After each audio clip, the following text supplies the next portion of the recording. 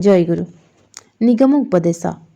आमर प्रिय ठाकुर श्री श्री ठाकुर निगमानंद कहिछंती, तुमे माने अमृत संतान, अमृत तत्व तुम मानकर नित्य सिद्ध अधिकार। तुमे माने एते भावुच कहीं, चिंता करुछ बा कहीं, निज हृदयर करुण अवस्था उपलब्धि करी हताश हो पड़ुछ कहीं। तुम मानकर सबु अभाव मेंटेइबाकू, सकल शून्य पूर्ण करने मुझे तुम मानकर अच्छी। आसंतु ठाकुरंकर एही बाणीटीकू भल भाबरे बुझी नेबा। ठाकुर आमको यही बाणी माध्यम आमको आमर प्रकृत परिचय मन पकाई देउछंती। आमे जीवन में अनेक समय निजर अभाव को नहीं चिंता करूँ, किंतु ठाकुरंकर बाणीर अर्थ होउछि आमे जो अभाव को देखि आज भांगी पड़ुछु, से अभाव आम जीवनर शेष सत्य नुहे। आम भितर थिबा दिव्य संभावना और गुरुंक कृपा को आमे भूली जाउछु। एही अभाव गुड़िक जेतेबेले आम मन को घेरी धरे, सेतेबेले आमे निजको निजे पचारू, मो जीवन में ही कहीं एते दुख, मो समस्या केबे दूर हेब, मो जीवन में सुख कण केबे आसीबनी। एही प्रश्न गुड़िक जदि बारंबार मनरे आसीबो, तेबे समस्यार समाधान खोजिबा बदल रे चिंता भितर ही आमे डूबी जिबा। एही अधिक चिंता धीरे धीरे आम मनर शांति को नष्ट कर दिए। किंतु ठाकुर आमको पचारुछंती, तुमे माने एते भाबुच कहीं, चिंता करुछ बा कहीं।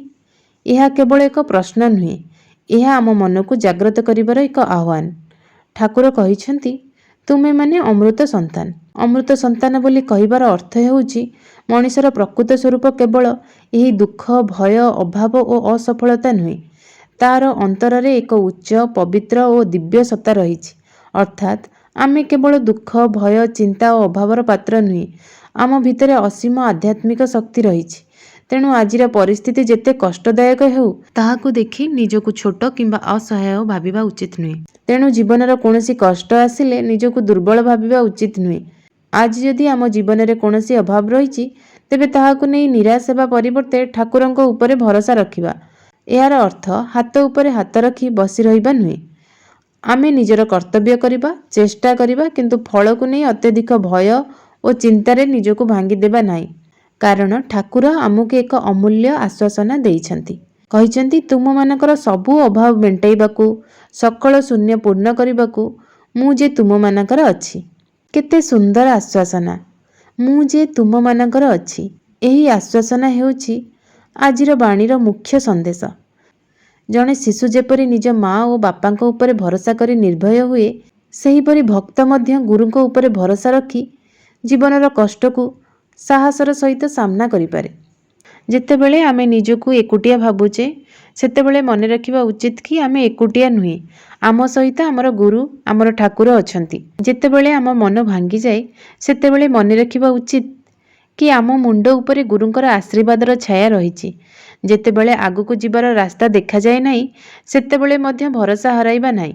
आमर कर्तव्य हेउछि चेष्टा करिबा, निज कर्तव्य करिबा, सत्मार्ग रे चलिबा एवं गुरुंको उपरे आस्था रखिबा।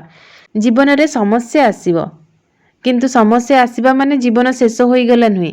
अनेक समय रे कष्ट आमको भितरु अधिक दृढ़ करे।